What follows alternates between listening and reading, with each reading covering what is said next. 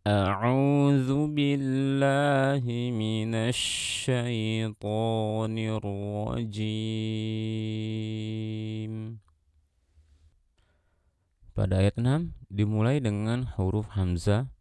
Huruf hamzah makhrajnya di pangkal tenggorokan dan sifatnya syiddah, jahar, istifal dan infitah. Nah, kebanyakan di antara teman-teman membaca yang ketika membaca perpindahan dari hamzah ke nun di ayun. Inna, jadi jangan di ayun. Inna, enggak. Karena dia bersifat syiddah, jangan di ayun. Inna, seperti itu. Inna. Baik. Berikutnya ada allazina, zal, ini alif lam syamsiyah, kemudian zal sifatnya rokhawa. Kemudian di sini ada mad tabi'i, ya sukun atau ya mati sebelumnya kasro. Sebelumnya tadi di sini ada nun bertasydid. Ini gunnahnya dibaca panjang. Kemudian di sini ada kaf, makhrajnya di pangkal lidah bertemu dengan langit atas. Bersebelahan dengan makhraj huruf qaf. Kemudian fa, gigi seri atas bertemu dengan bibir bawah bagian dalam, sifatnya rokhawa, jadi dialirkan dulu suaranya. Jangan fa, tapi fa, fa. Dan juga bersifat hams, jadi pastikan ada suara nafas yang terdengar. Berikutnya ada ro, dhamma, setelahnya waw mati. Ini huruf mad. Ini namanya mad tabi'i, dibaca 2 harokat. Kemudian kita bisa melihat di sini alif, kemudian tanda sukunnya seperti ini bulat. Ini alifnya tidak dibaca. Kemudian di sini ada huruf mad, alif sebelumnya fathah.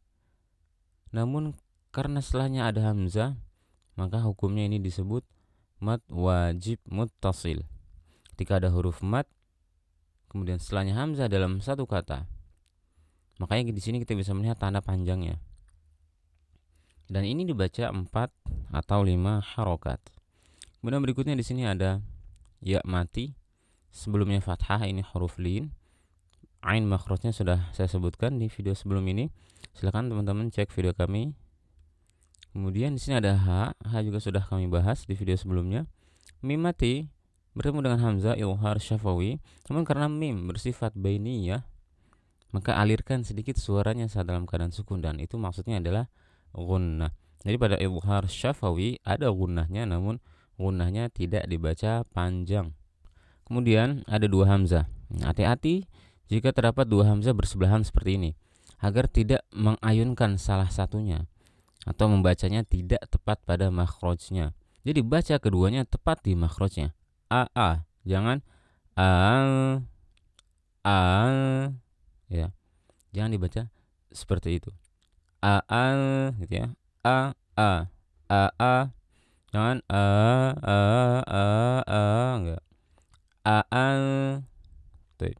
Berikutnya ada nun mati bertemu zal ikhfa, dan ada ro sukun. Sebelumnya fathah, ro-nya dibaca tebal. Berikutnya mim mati bertemu dengan hamzah, sama seperti tadi. Kemudian mim mati bertemu dengan lam ilhar syafawi.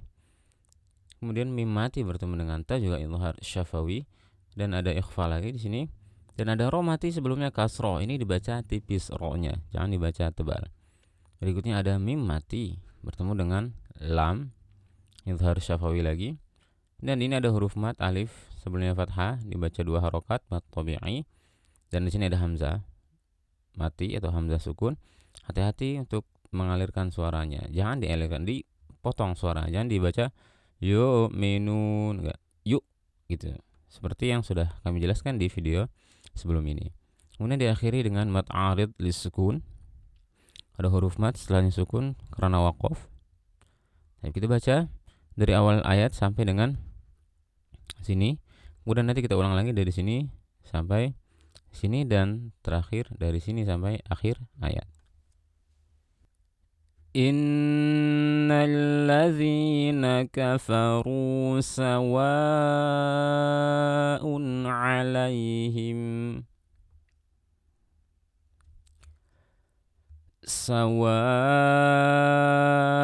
'alaihim a'anzartahum am lam tunzirhum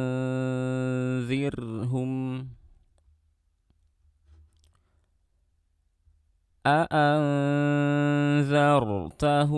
أم لم تنذرهم لا يؤمنون.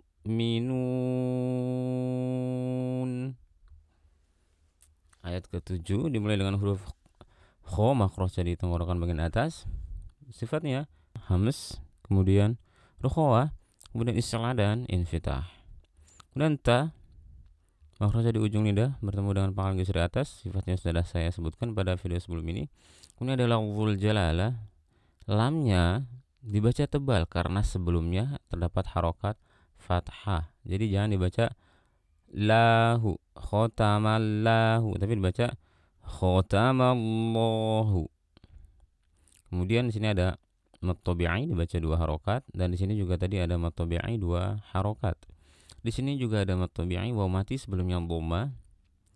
Kemudian mim mati bertemu dengan waw, izhar syafawi dibaca dengungnya atau dibaca gunnahnya, jangan lupa. Kemudian di sini ada wa'ala, mad tabi'i lagi. Kemudian ada sin, makhrajnya di ujung lidah bertemu dengan gigi seri bawah bagian belakang. Setelah sifatnya ada hams, rokhawah, kemudian istifal dan infitah dan sofir. Jadi pastikan suara sofirnya benar-benar jelas. Sa, sam'ihim, jangan sam'ihim, enggak, sam'ihim. Berikutnya kita akan berarti di sini nanti. Nah, ini mim mati dibaca gunnahnya.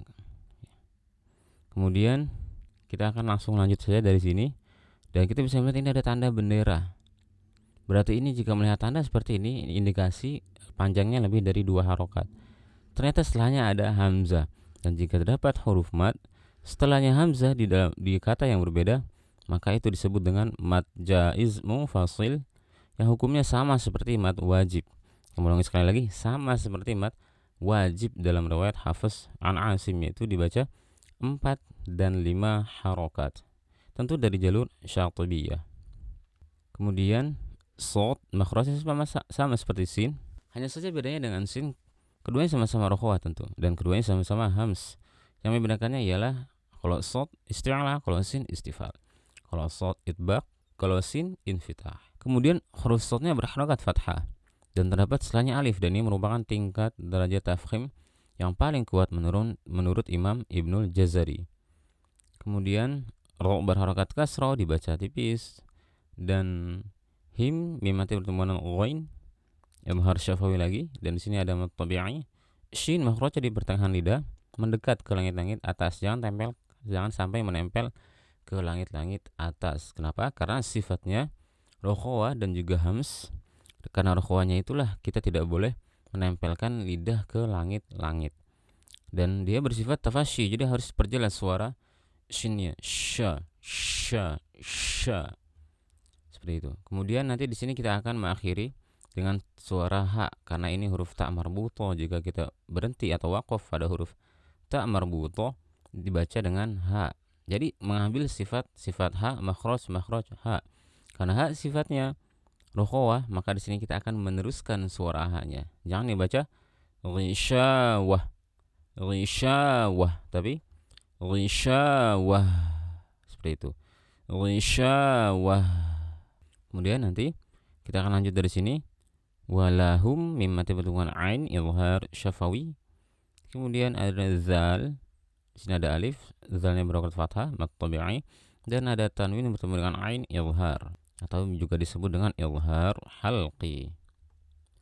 Kemudian ada zo makhrajnya sama seperti zal, yaitu ujung lidah bertemu dengan ujung gigi seri atas, namun sifatnya yang berbeda. Duanya sama-sama jahar, baik zal maupun zo sama-sama jahar, dan keduanya sama-sama rokhawah. Namun zo bersifat isti'la dan itbaq, adapun zal bersifat istifal dan infitah. Dan nanti di akhir ada mad arid lisukun, ada huruf mad ya mati sebelumnya kasroh, dan setelahnya sukun arid karena waqaf.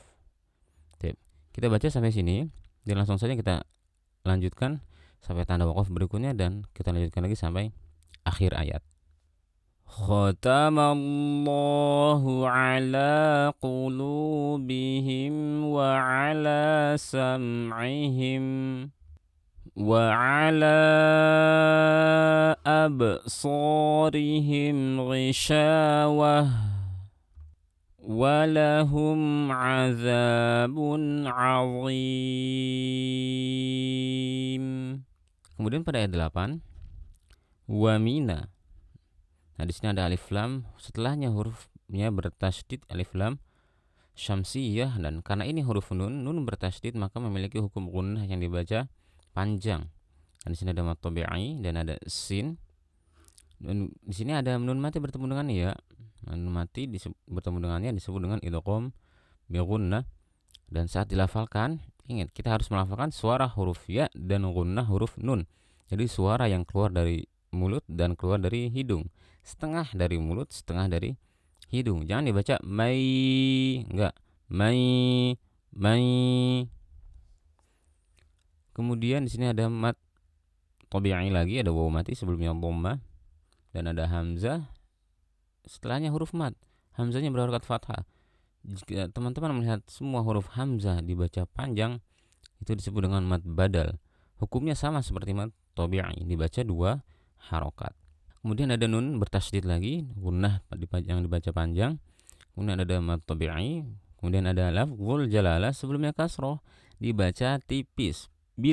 Billahi, jangan billah, enggak, billahi. Oke. Kemudian ada alif lam qamariyah, hurufnya kita bisa melihat tidak bertasydid, dan ini ada waw mati sebelumnya fathah huruf lin. Kemudian ada mim, dan di sini ada alif lam qamariyah lagi, dan kita bisa melihat ada hamzah yang dibaca panjang lagi, ini juga mad badal. Kemudian ro, ada sebelumnya ada kho berharakat kasroh, ini derajat tafkhimnya yang paling rendah. Kemudian ada ro berharakat kasroh dibaca tipis. Wama mad tabi'i hum, ada mim mati bertemu dengan ba, ini disebut dengan ikhfa syafawi. Kemudian ada hamzah sukun, hati-hati jangan dialirkan suaranya, dan diakhiri dengan mad arid disukun. Kita akan baca dari awal sampai berhenti di sini, kemudian langsung disambung ke sampai akhir ayat. Wa minan nasi man yaqulu amanna billahi wa bil yaumil akhir wa ma hum bimu'minin.